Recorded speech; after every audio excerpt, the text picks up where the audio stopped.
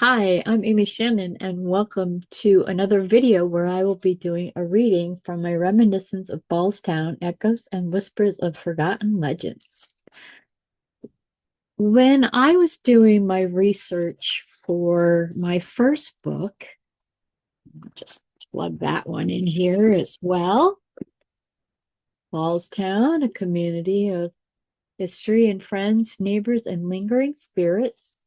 And it's all about Ballstown and how it came about, its people, and its rich history. So when I was doing that book, I became very intrigued by the Booth family. There were several families that were Booths, and they were not necessarily related. Uh, Andrew Booth is not related to the two Booths or the Booth family that I'm going to be speaking about, but Andrew Booth is also was one of the he was a telegraph operator. So he actually was trained by Western Union, and he did their telegraph as well as other things. And of course, that is even a skill today if you know Morse code and you know how to read it and decipher it. And everybody had to make sure you had to be trustworthy because you knew everybody's information. Anyway, so the booths I am going to talk about today is Lubius and Lucretia Booth. And I'm hoping that I pronounced his name correctly. I actually looked it up to see how it would be pronounced. And according to Google, it says Lubius. So if I mispronounce his name, I'm terribly sorry. Um, I was attracted to Lucretia Booth, um, his wife. She is, and I have their photos behind me. Um, she uh, encouraged her husband to open the first female seminary in Ballston Spa. Um, Seminary, actually, the word is just referring to school. Now, when you hear seminary, a lot of people don't think of schools, but necessarily uh, places where priests would go or wannabe priests would have to go in order to get trained on being a priest or whatever. But they use that word for all types of schools. Lucretia Booth's mother had encouraged her father, um, Ebenezer Foote, to open what was called the Albany Academy for Girls, and because she wanted her daughter to have a comparable education as men, as the men did, her male counterparts. Um, and though Betsy Foote could not, because she was female, open a business on her own. She encouraged her husband, who was um, they were a wealthy family, and he also was a popular lawyer at the time. So he created the charter, and Lucretia, who was their only daughter, got the best education, and it became the Albany County for girls, and then there became an Albany County for boys, and now it is a school where it's just the Albany County Academy. Um, so with that, um, I find it so interesting that Lucretia married a man who supported her the way her father supported her mother and her, of course.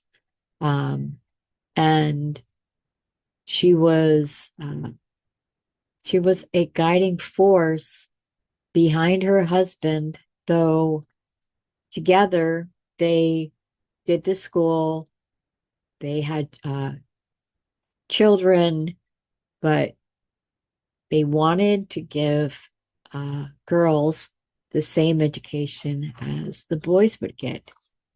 So I'm just going to do a little reading. I have always been, ever since I heard about Lucretia, I've been so inspired by her. And this is just kind of a side note. Um, when I did one of my cemetery tours in the Ballston Spa Village Cemetery, I came face to headstone with Lucretia's um, headstone, her monument, I should say, um, along with her husband's. And I also saw all of her children's and grandchildren's. And her mother was actually moved to the cemetery as well. Um, and uh, someone had volunteered, according to the Boston Spa Cemetery Association, someone came in and cleaned many stones, and theirs was one of them. So it was just the perfect, um, beautiful stone. And I just felt that I knew her. She inspires me. And for someone who did what she did in the 1800s, um, and she still has descended as of today. Well, today, in this time and period. So, and that descendant was also very kind in helping me piece together parts of the family puzzle that I didn't know, or I didn't have all the information. So I want to shout out to thank you, Susan Strange, for helping me with that. And also to Margaret King, who is an archivist. Um, and she helped me be able to, she gave me permissions to include images in my book. And so I think, and any information I needed, if I had a question and she had the answer, she would give it to me. So I have a section in the book specific for Lucretia, but now I'm going to talk a little bit about her and her family together. So, ingrained in Ballston Spa, the Lobius Booth family carried a legacy of scholarship, civil service, and hushed silence. Lucretia and Lobius Booth raised children who spearheaded education, including the advancement of academic rights for women, a cause reflected in both their lives and losses. Their descendants continue this legacy, honoring those who passed too soon, while carrying forward the Booth name through public service, teaching, and reminiscence. The family story is one of intellect and endurance, woven through generations of grace. Labius was a lifelong learner, a teacher, father, dutiful husband, and a businessman. He and his wife had an equal partnership along with loyalty, love, and family. Labius was born in Connecticut to his parents Nathaniel Booth and Martha Hinman. In 1821, Labius married Lucretia Foote, a union that would become a cornerstone of education reform and community uplift in Ballston Spa. 3 years later, they co-founded the Ballston Spa Female Seminary, a bold endeavor which, when women's education was still considered ornamental. Lucretia served as principal, shaping curriculum and character, while Labias conducted operations and outreach. They had distinct roles, but were intricately linked, a model of mutual respect and shared mission. But their partnership didn't end at the school door. As Labia served as village trustee, bank director, and superintendent of the poor, it was likely Lucretia's insight, shaped by her work with young women, who informed his decisions. Her experience with education and moral development may have been influenced his leadership in Bible, society, and Christ vestry. After the seminary closed, Lobius turned to manufacturing and finance. Even if the records don't mention Lucretia in these positions, Her organizational ability and community links show she had more than just a quiet role. Together, they raised children who mirrored their values, lawyers, legislators, and educators. Their sons' achievements in law and public service reflect the intellectual rigor and civic spirit nurtured at home. Their partnership was not performative, it was purposeful. Lucretia wasn't simply the wife of Lebbeus Booth or Mrs. Lebbeus Booth.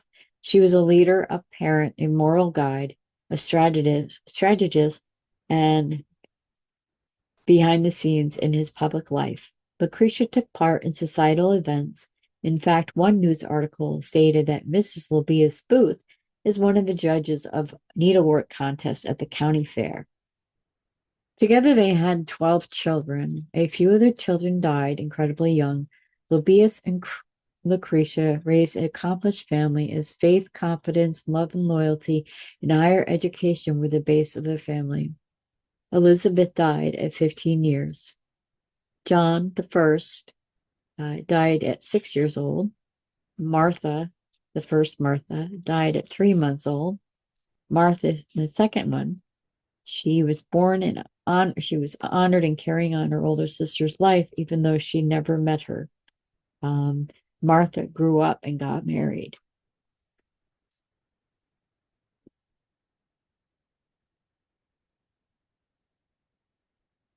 Excuse me. John II was honored in being named after his older brother, one he had never met, as his life was cut short. Before reaching the age of 20, John established a private school in Cranesville, just 2 miles north of the village of Ballston Spa. John died at 28 years old, his lifelong frailty finally overtaking him. One can only wonder what literary brilliance the world lost with his passing. John had two daughters, Ella Cuddy and Martha Maddie, who died in her sleep at the age of 7. Mary, the first one, she died at 1 year, and she was just shy of taking her first steps. Moss was selected as a commencement orator at Union College in 1847, a sign of his intellect and promise. Mary II died at 1 year, another loss for the Booth family, losing another Mary who held her older sister's name, but left just as quickly as Mary did before her. Isabella entered into the Troy Seminary School in 1854 and preparing to graduate with her class of 1856. However, she died at 17 years old. Lucretia, who was named after her mother, Lucretia carried forward both a name and a legacy of hushed silence. She grew up and married Reverend George Washington Dean. Josiah died at 8 months old, leaving behind an empty cradle in his mother's open arms. Susan grew up and married Moses Mason Robinson in 1877. And let's see, I'm sorry, I missed that. Oh, Lucretia Booth Robinson Evans had 3 children, and then the bloodline ended since she had no grandchildren. However, Ethel Mason Robinson married Edward Bruton Strange in 1910, and they had 4 children. Edwin, Theodore, Hinman, and Susan. All 4 married and have living descendants as of this printing. And in this book, I thank Susan Strange. And she provided me some nice a photo of the 3 sisters that survived. I also share their some articles and the final resting place of the Booth family. And I am just, I know it's silly because I don't know the family, but I feel like the information that I have and making connections that they don't need, they shouldn't be forgotten. They shouldn't just be remembered or a faint story in their descendants' lives. Things happen and people forget. They don't pass on the stories like they used to. Um, but I just because someone just only has a monument or a marker doesn't mean they didn't leave a footprint on someone's life. And I want these people to be remembered for um, what they did, the kind of people that they were, and also to use them as not use them, but have them maybe inspire someone else. Um, in this world, we still know that there are still some inequalities, not necessarily male to female, but just person to person, where doesn't matter if you're society stage or whatever. I think we can learn from the past, past mistakes, and also past inspirations, and aspire to be the best kind of person we could possibly be. Um, so I hope that you will get to know Labius and Lucretia Booth as well as I have. And even though they are gone, their story is far from over. So this has been Amy Shannon. And again, thank you very much for joining me. And if you purchase the book, you could purchase it off of my website. The links are in the description, and you can purchase it directly from my publisher. So again, thank you very much.